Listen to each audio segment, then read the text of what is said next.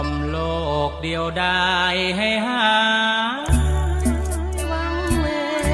งฉลมเสียงเพลงไปบนโล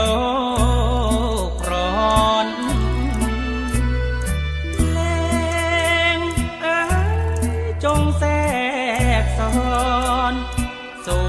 พระคงดงดอนกล่อมสิงคอนทั่วคุณ